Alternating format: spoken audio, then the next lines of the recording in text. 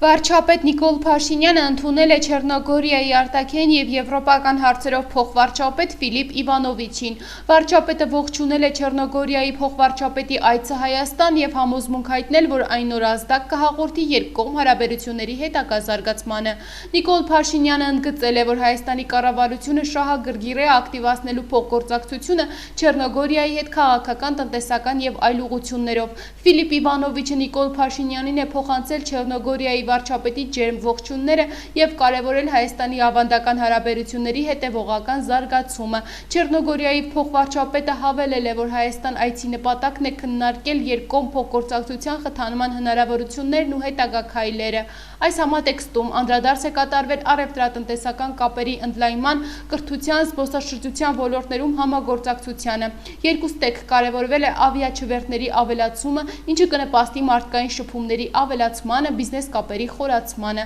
Մտքեր են փոխանակվել նաև մայրաքաղաքների Երևանի և Պոդգորիցիայի միջև համագործակցության խթանման ուղղությամբ։ Նիկոլ Փաշինյանը և Ֆիլիպ Իվանովիչը քննարկել են տարածաշրջանային նշանակության հարցեր։ Մասնավորապես անդրադարձ է կատարվել Հայաստանի և Ադրբեջանի միջև խաղաղության և միջպետական հարաբերությունների հաստատման մասին համաձայնագրի նախագծի համաձայնեցմանը։ Վարչապետ Փաշինյանը ընդգծել է Հայաստանի կառավարության հավատարմությունը խաղաղության օրակարգին։ Իր հերթին Ֆիլիպ Իվանովիչը հայտնել է Չեռնոգորիայի աջակցությունը տարածաշրջանում խաղաղության և կայունության ապահովման ջանքերին։ Ազգային ժողովի նախագահ Ալեն Սիմոնյանի հրավերով ապրիլի 1-ին Հայաստան է ժամանել Վիետնամի Սոցիալիստական Հանրապետության ազգային ժողովի նախագահ Չան Թան Մանի գլխավորած պատվիրակությունը։ Զվարթնոց օդանավակայանում հյուրերին դիմավորել են Հայաստանի ազգային ժողովի նախագահի տեղակալ Հակոբ Արշակյանը և Հայաստանի ազգային ժողովի Հայաստան-Վիետնամ բարեկամական խմբի ղեկավար Հասմիկ Հակոբյանը։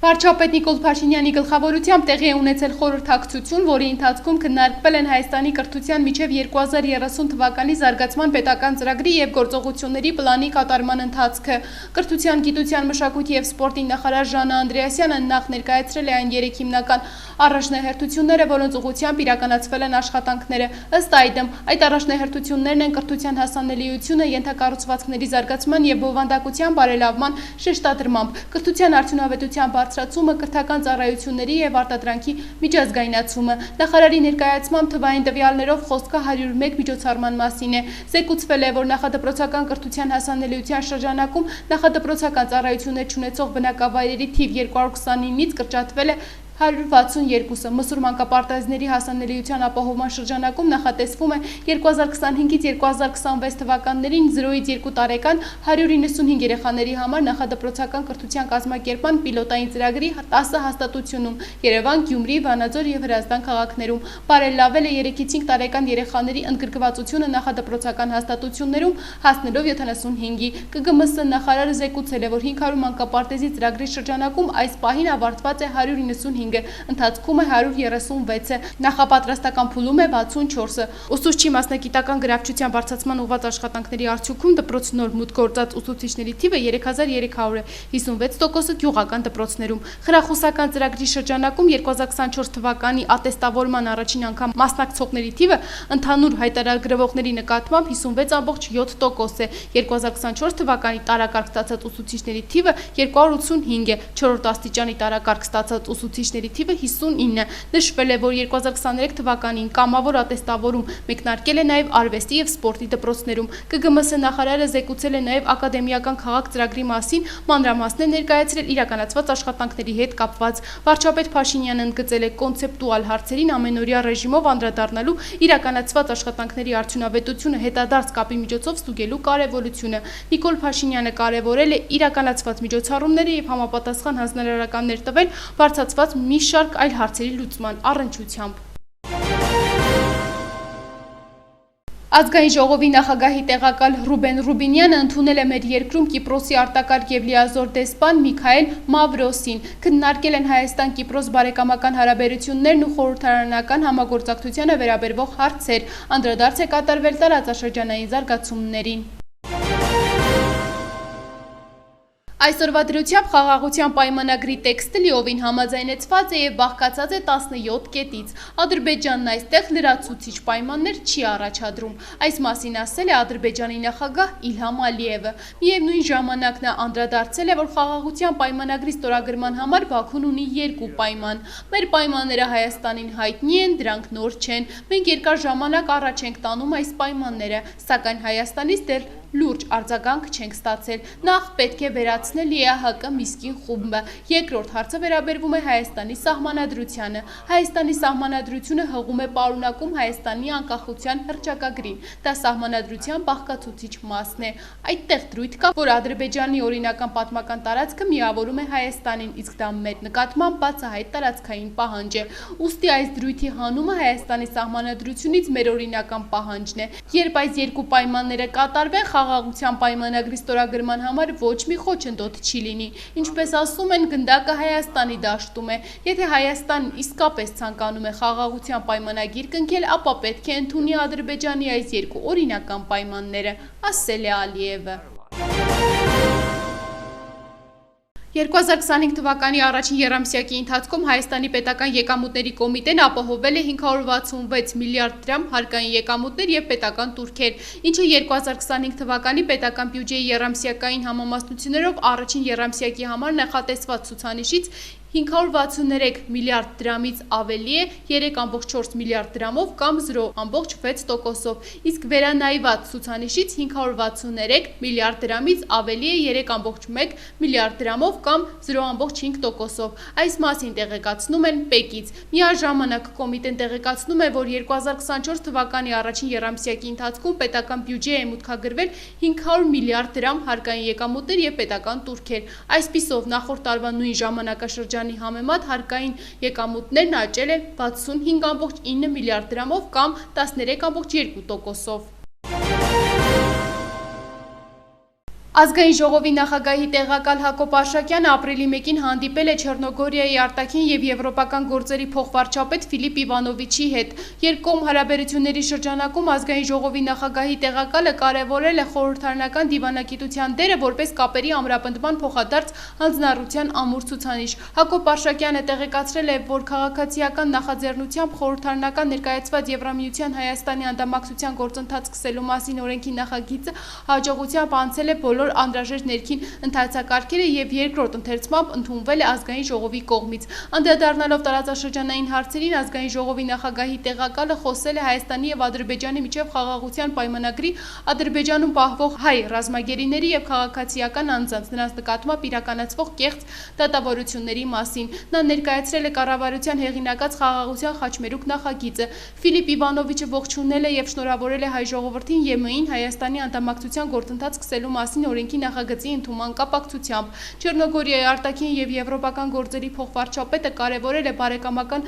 խմբի ակտիվ համագործակցությունն ու փոխադարձ այցերը։ Հանդիպմանը մտքեր են փոխանակվել կրթության, գիտության, բարձր տեխնոլոգիաների ոլորտի զարգացման ներուժի եւ հեռանկարների փոխհամագործակցության շուրջ։ Կողմերը ընդգծել են, որ պետք է իրացվի երկու երկրների միջև համագործակցության արկա ներուժը։ Հանդիպմանը ներկա են եղել նաեւ Հայաստանի ազգային ժողովի Հայաստան-Չեռնոգորիա բարեկամական խմբի ղեկավար Արսեն Թորոսյանը։ Արտարատատության նախարար Սրփուհի Գալյանը ընդունել է Հայաստանում Ամերիկայի Միացյալ Նահանգների արտակարգ եւ լիազոր դեսպան Քրիստինա Քվինին։ Սրփուհի Գալյանը ԱՄՆ դեսպանի հետ քննարկել է ապրիլի 7-ից 11-ը Վաշինգտոն կայանալիք աշխատանքային այցի օրակարգը։ Անդրադարձ է կատարվել Հայաստանի Հանրապետության եւ Ամերիկայի Միացյալ Նահանգների միջև հանցանք կատարած անձանց հանձնման եւ դատապարտյալների փոխանցման հետ կապված հարաբերությունները կարգավորող իրավական հենքի ստեղծման աշխատանքներին, Ամերիկայի Միացյալ Նահանգների թմրամիջոցների դեմ պայքարի եւ իրավապահ համագործակցության ազգային բյուրոյի ղեկավարության հետ նախատեսված հանդիպմանը։ Արտարադատության նախարարն ու ԱՄՆ դեսպանը քննարկել են նաեւ երկկողմ օրակարգին վերաբերող հարցեր։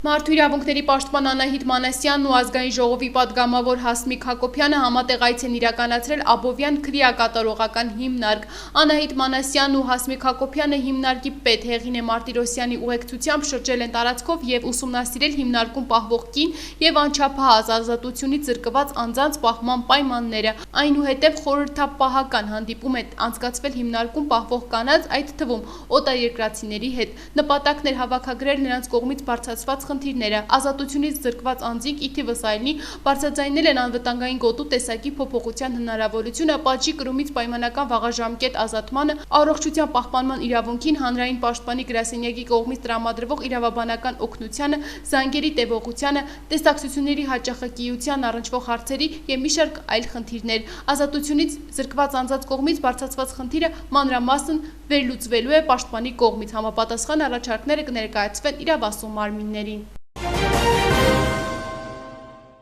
Փոխվարչապետ Մհեր Գրիգորյանը ընդունել է Չեռնոգորիայի արտաքին եւ եվրոպական գործերի փոխվարչապետ Ֆիլիպ Իվանովիչի գլխավորած պատվիրակությանը։ Ողջունելով հյուրին, փոխվարչապետը կարևորել է Հայաստանի եւ Չեռնոգորիայի միջև համագործակցության զարգացումը, ընդգծելով առկա արևտրատնտեսական հարաբերությունների խորացման ճիրացված ներուժը։ Զրուցակիցները երկուստեք գոհունակությամբ են ընդգծել զբոսաշրջության ոլորտում առկա դինամիկան եւ կարևորել մարդկանց շփումների ակտիվացումը Հայաստան-Չեռնոգորիա երկկողմ հարաբերությունների ընդլայնման տեսանկյունից։ Մհեր Գրիգորյանը ընդգծել է Եվրամիության անդամակցության ուղղված Չեռնոգորիայի անցած ճանապարհը, կարևորելով այդ ուղղությամբ երկու երկրների փորձի փոխանակումը։ Այսօր քառորյա պատերազմի 9-րդ տարելիցն է։ 2016 թվականի ապրիլի 1-ի լույս 2-ի գիշերը ադրբեջանական կողմը կոպտորեն ոտնահարելով հրադադարի մասին 1994 թվականի եւ 1995 թվականի համաձայնագրերը լայնամասշտաբ հարձակում նախաձեռնեց Լեռնային Ղարաբաղի շփման գծի ամբողջ երկայնքով, ծանր տեխնիկայի, հրետանու եւ ռազմական ավիացիայի կիրառմամբ ապրիլի 5-ին ձեռք բերվեց կրակի դադարեցման պայմանավորվածություն։ Հայկական կողմն ունեցավ 100-ից ավել զոհ, այդ թվում երեխա եւ տարեցներ։ Ադրբեջանի վերահսկողությանն անցավ Լեռնային Ղարաբաղի շուրջ 800 հեկտար տարածք։ Եթե մինչ այս պատերազմը պարբերաբար սահմանային միջադեպեր էին արձանագրվում, 2016 թվականի ապրիլյանից հետո արդեն ակնհայտ էր Ադրբեջանը խաղաղ բանակցություններով հարցը լուծելու մտադրություն չունի։ Եվրոպական խորհրդարանի Ստրասբուրգում կայանալիք լիագումար նիստի ընթացքում Հայոց ցեղասպանության 110-րդ տարելիցի նվիրված քննարկում տեղի կունենա։ Բրյուսելում Armen Press-ի թղթակցի փոխանցմամբ քննարկումը կանցկացվի ապրիլի 3-ի նիստի ընթացքում։ Եվրոպական հանձնաժողովի անունից հայտարարությամբ հանդես կգա հանձնակատար Օլիվեր Վարհլենին։ Նորին Սուրբ Օծություն Տեր Գարեգին II Սայրագուն պատրիարք եւ ամենայն հայոց կաթողիկոսը Մայրաթոր Սուրբ Էջմիածնում ընդունել է Հունգարի եկեղեցիների խորհրդի գլխավոր քարտուղար լութերական ավետարանական եկեղեցու վերապատվելի Վիլմոր Շվիշիլի գլխավորած պատվիրակությանը, հայտնում են Մայրաթորի տեղեկատվական համակարգից։ Ողջունելով հյուրին վերահապար հայրապետը վերջինիս այցը Հայաստան եւ Մայրաթոր Սուրբ Էջմիածին նկատեց որպես զորակցություն հայ ժողովրդին այս դժվարին ժամանակներում։ Ամենայն հայոց կաթողիկոսն իր գնահատանքն է արտահայտել Հունգարիայի կողմից նախաձեռնված Արցախահայերի աջակցության ուղղված ծրագրի առնչությամբ։ Իր խոսքում վեհափառ հայրապետը անդրադառնալով Բաքվում պատանդարված հայորդիների ազատ արձակման խնդրին գոհունակությամբ հաստատել է, որ շնորհիվ Հունգարիայի կառավարության եւ Մայրաթորի գործակցության 2021 թվականին հնարավոր եղավ ապահովել 5 հայ ռազմագերիների վերադարձը հայրենիք։ Հանդիպման անդրադարձ է կատարվել նաեւ հայ-հունգարական փոխգործակցությանը, հայոց եկեղեցու մինչեկեղեցական հարաբերությունների, ինչպես նաեւ Հունգարիայի հայ համայնքին ազգային հոգեվոր կյանքին։ Զրույցի ընթացքում Վիլմոս Ֆիշելը խոսել է հայ-հունգարական պատմական առնչակցությունների մասին, կարևորել ընդհանուր քրիստոնեական արժեհամակարգ ունեցող երկու ժողովուրդների հարաբերությունների առավել զարգացումն ու ամրապնդումը։ Հայաստանի Հանրապետության Պետական եկամուտների կոմիտեն շարունակում է հետևողականորեն պայքարել ստվերային տնտեսության հարկերից խուսափելու եւ ՀԴՄ կիրառման կանոնների խախտումների դեմ, կանխելով խոշորածավալ հարկային չարաշահումները, որոնք վնասում են ինչպես պետության, այնպես էլ օրինապահ գործարար համայնքի շահերը։ Կոմիտեի հետաքննության եւ օպերատիվ հետախուզության վարչությունը հետամուտ լինելով օրենքով իրեն վերապահված գործառույթների անշեղ կատարմանը բացահայտել է ստվերային շրջանառության նոր դեպք։ Այսպես, օպերատիվ տեղեկություններ են ձեռք բերվել առ այն, որ ցինկապատ եւ պոլիմերային ծածկույթով թիթեղյա տանիքի ծածկերի, ջրատար խողովակների, գիպսակարդոնի ցինկապատ պրոֆիլների, անկյունակների եւ մի շարք շինարարական նշանակության արտադրանքների արտադրությամբ ու մանրամեծածախ առևտրով զբաղվող սահմանափակ պատասխանատվությամբ ընկերությունը իրեն պատկանող առևտրի սրահներում չի տրամադրում ՀԴՄ կտրոններ, դուրս չի գրում համապատասխան հաշվարկային փաստաթղթեր, ինչի արդյունքում թերհայտարարագրում է իրական իրացման շրջանառությունը, չի հաշվարկում եւ պետական բյուջե չի վճարում առանձնապես խոշոր չափերի հարկեր։ Հետաքննության եւ օպերատիվ հետախուզության վարչության աշխատակիցներն իրականացրել են լայնածավալ համալիր օպերատիվ հետախուզական միջոցառումներ։ Ձեռք բերված փաստական տվյալների հիման վրա պարզվել է, որ տվյալ ընկերությունը 2014-ից 24 թվականների ընթացքում թաքցրել է շուրջ 27.5 միլիարդ դրամ իրացման շրջանառություն։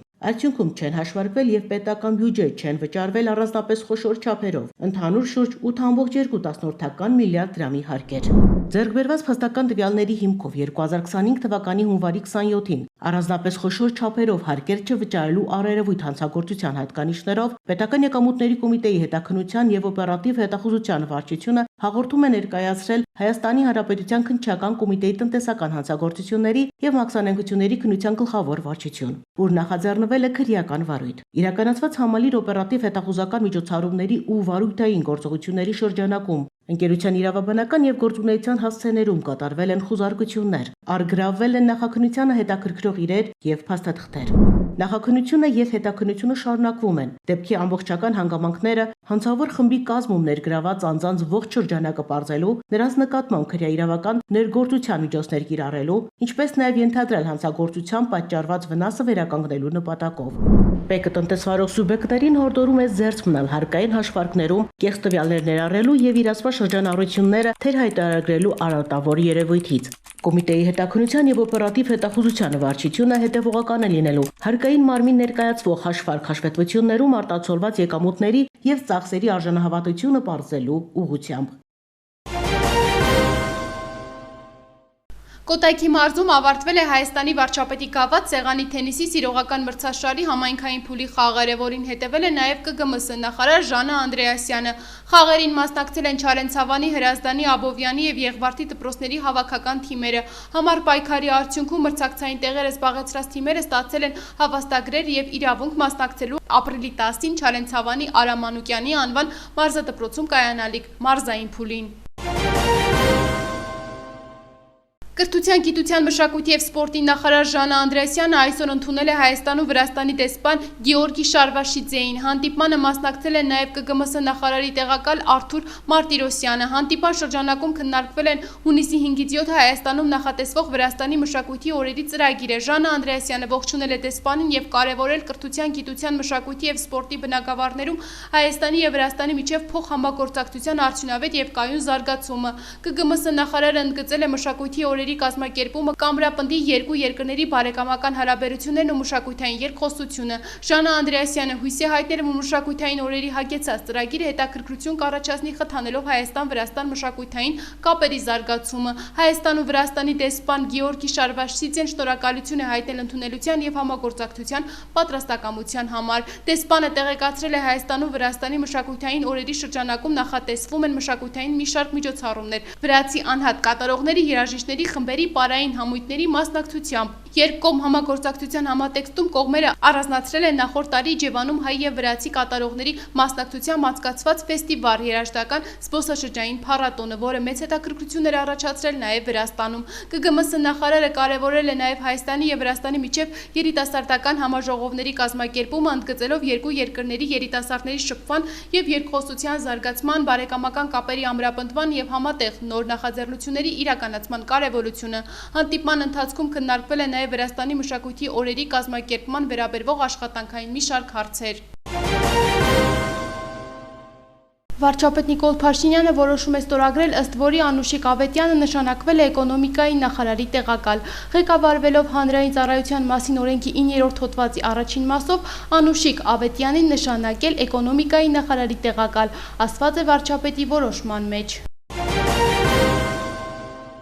Ներքին գործերի նախարարի տեղակալ Արմեն Ղազարյանը ապրիլի 2-ին ընդունել է Եվրոպական միության թմրամիջոցների մոնիթորինգի ծրագրի գլխավոր համակարգող Իլզե Յակոբսենի գլխավորած պատվիրակությանը։ Հանդիպմանը ներկա էր քրեական ոստիկանության գլխավոր վարչության պետ, ոստիկանության պետի տեղակալ Վարդան Վարդանյանը։ Արմեն Ղազարյանը ներկայացնելով թմրամիջոցների դեմ պայքարի ուղղությամբ ներքին գործերի նախարարության որդեգրած քաղաքականությունը անդրադարձել է թմրամիջոցների դեմ պայքարի ռազմավարության նախագծին, հանցավորության կանխարգելման ռազմավարության մշակման ուղղված աշխատանքներին։ Վիզաների ազատականացման երկխոսության համատեքստում փոխնախարարը կարևորել է երկկողմ համագործակցությունը, ուրվագծելով հանրային անվտանգության բաղադրիչի շրջանակում փոխգործակցության զարգացման հնարավորությունները։ Արմեն Ղազարյանն անդրադարձել է նաև Հայաստանի եւ Եվրոպոլի համագործակցության խորացմանը, ընդգծելով Հայաստանի կողմից Եվրոպոլում կապի սպայի նշանակման կարևորությունը։ Փոխնախարարը կարևորել է նաև եվրոպական սահմանային եւ առափնյա պահպանության գործակալության հետ փոխգործակցության ընդլայնումը նշելով, որ այն կնպաստի սահմանային հսկողության եւ հանցավորության դեմ պայքարի արդյունավետության բարձրացմանը։ Պատվիրակության ղեկավարը ներկայացրել է թմրամիջոցների գործակալության գործունեության հիմնական ուղղությունները, նախաձեռնություններն ու Եվրոպական միության անդամ եւ հարևան երկրների հետ համագործակցության մանրամասները։